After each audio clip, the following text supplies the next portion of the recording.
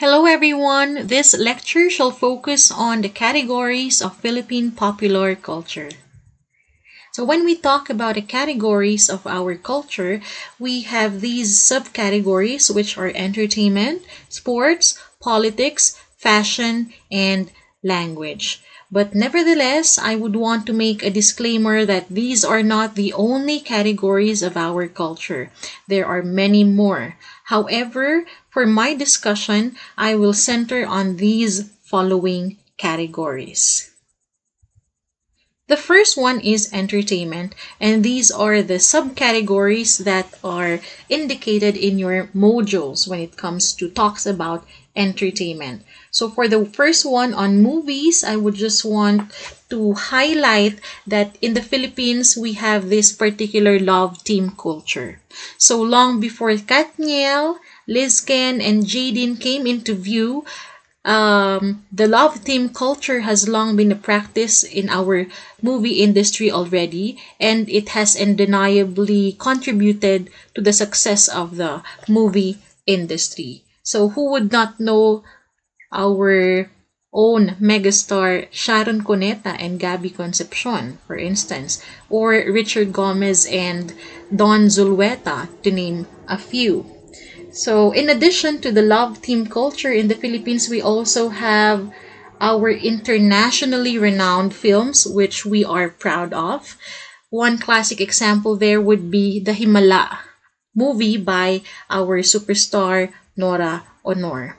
One recent example that I could think of that most of you can relate would be the Buy Bust movie starring Ann Curtis. So this movie reflected a lot about the society's realities, such as issues related to extrajudicial killing and drug-related incidents. Okay? So when we talk about these films, we have, of course, internationally renowned artists as well, such as, like what I've mentioned earlier, Ann Curtis, to name a few. Then when we have television, we have talks about television. It is undeniably one of the most popular media we still use for access for information and entertainment.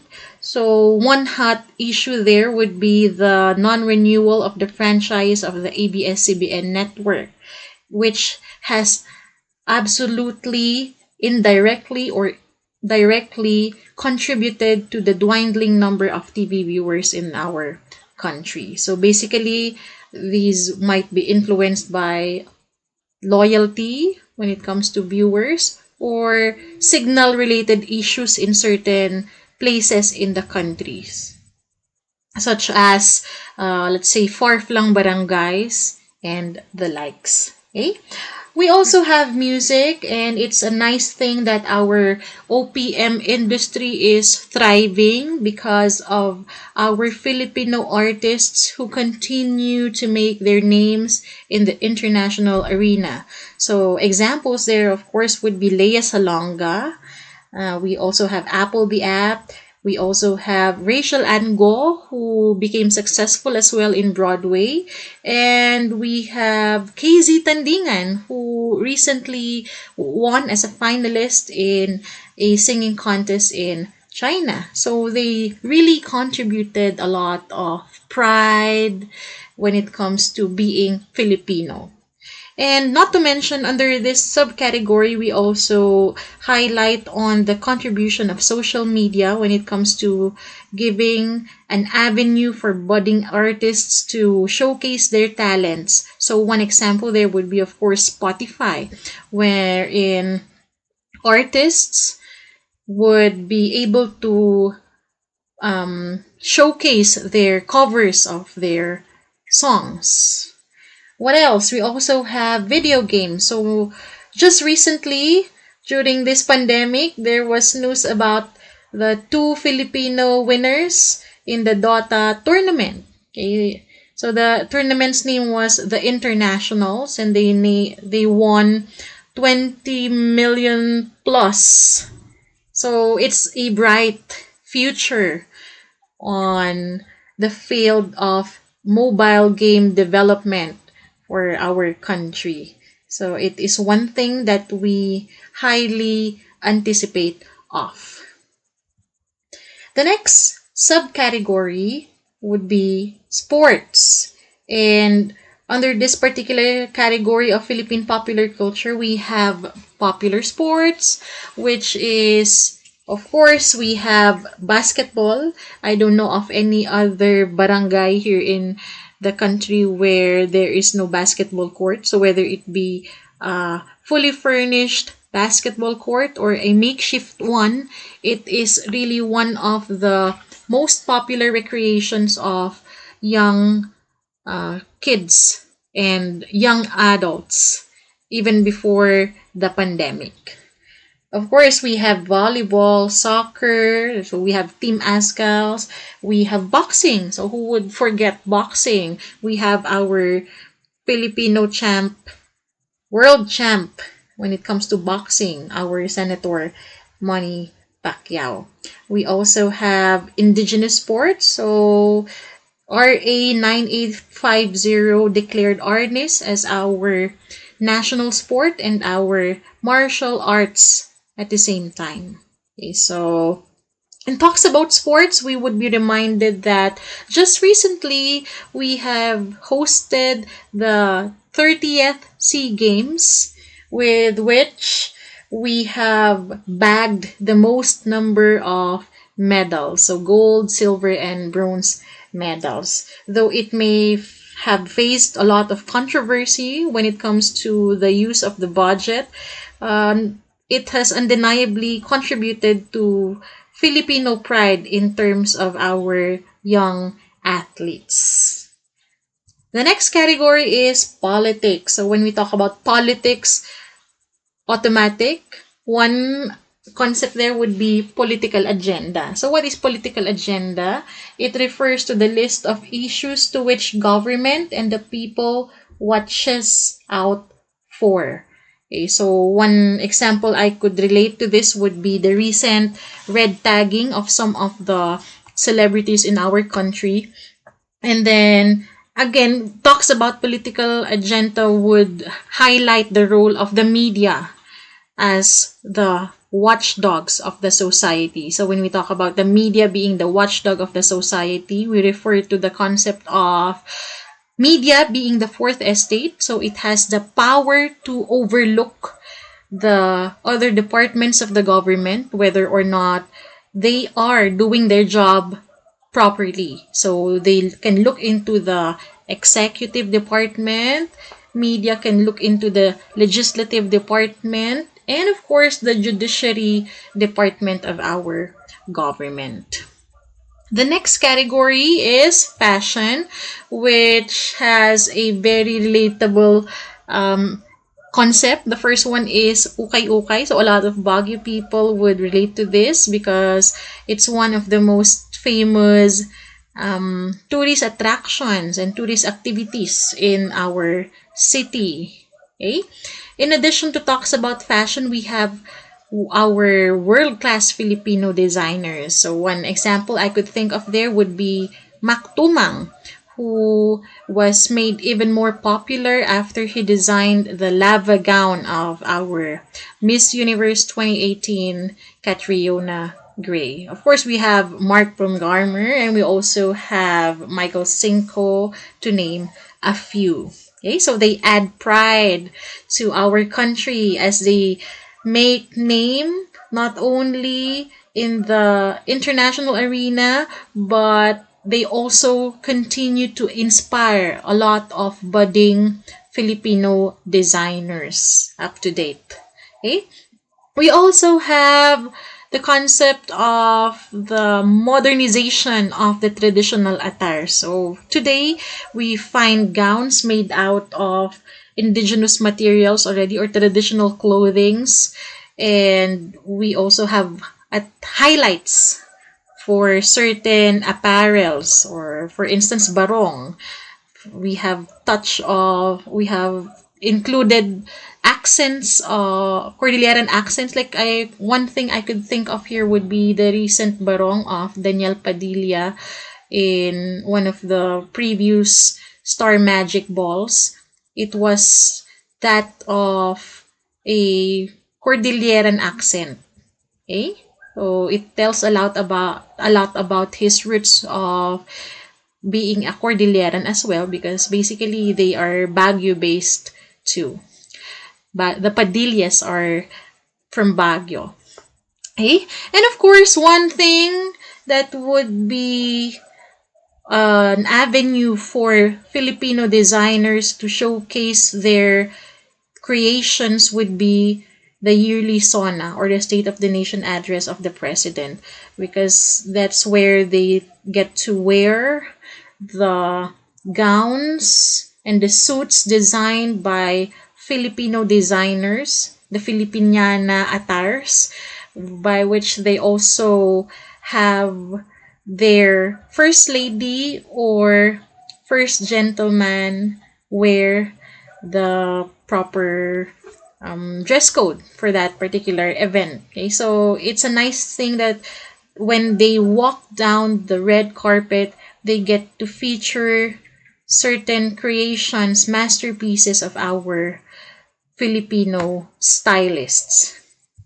And actually, when we talk about language, it is always related to culture. So it is the last category of Philippine popular culture, and we have these concepts related to it. The first one is oral and written communication. I think that majority of the Filipinos are very good when it comes to their speaking skills, when they speak the English language, because primarily English is considered as a second language in the Philippines.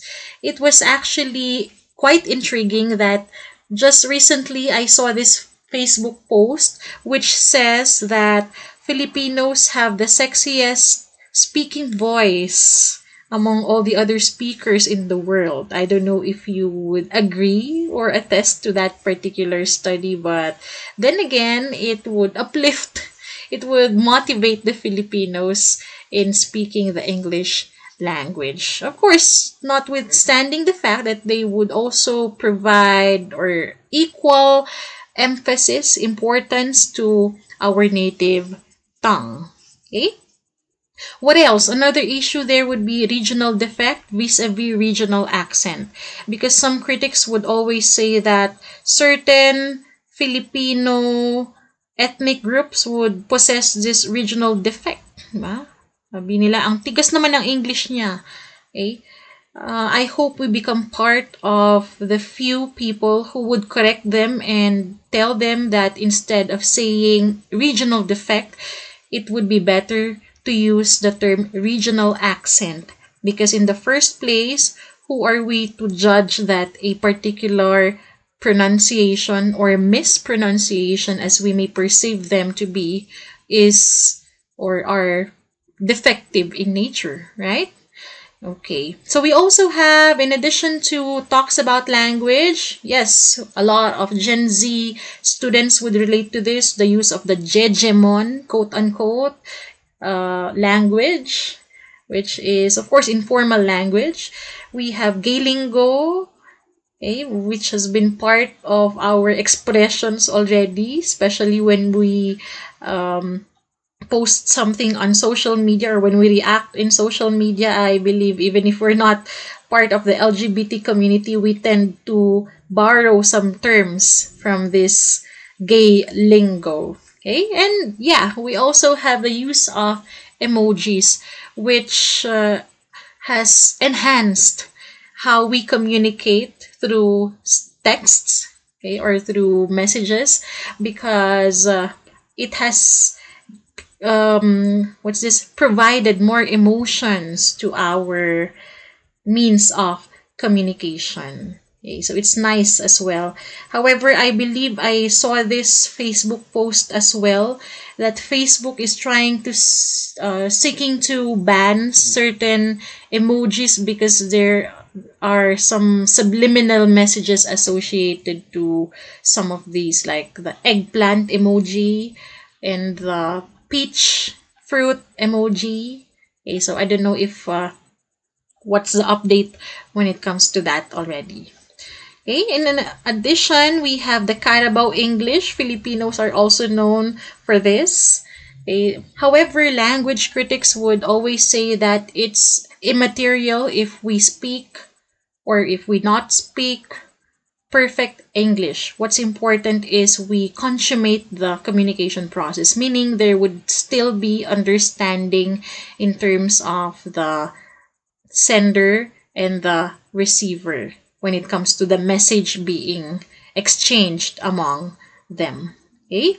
Which, of course, explains why language experts would already recognize today the presence of Philippine English and other world Englishes such as Singaporean English, Malaysian English, and so on. So, English is no longer owned accordingly by the native speakers of the language. It has already attained the stature as a world language. That's why when we use English, it is recognized already, and it does not need for someone to possess an American accent or a British accent for that matter in order for him or her to be considered as an effective speaker using that particular language.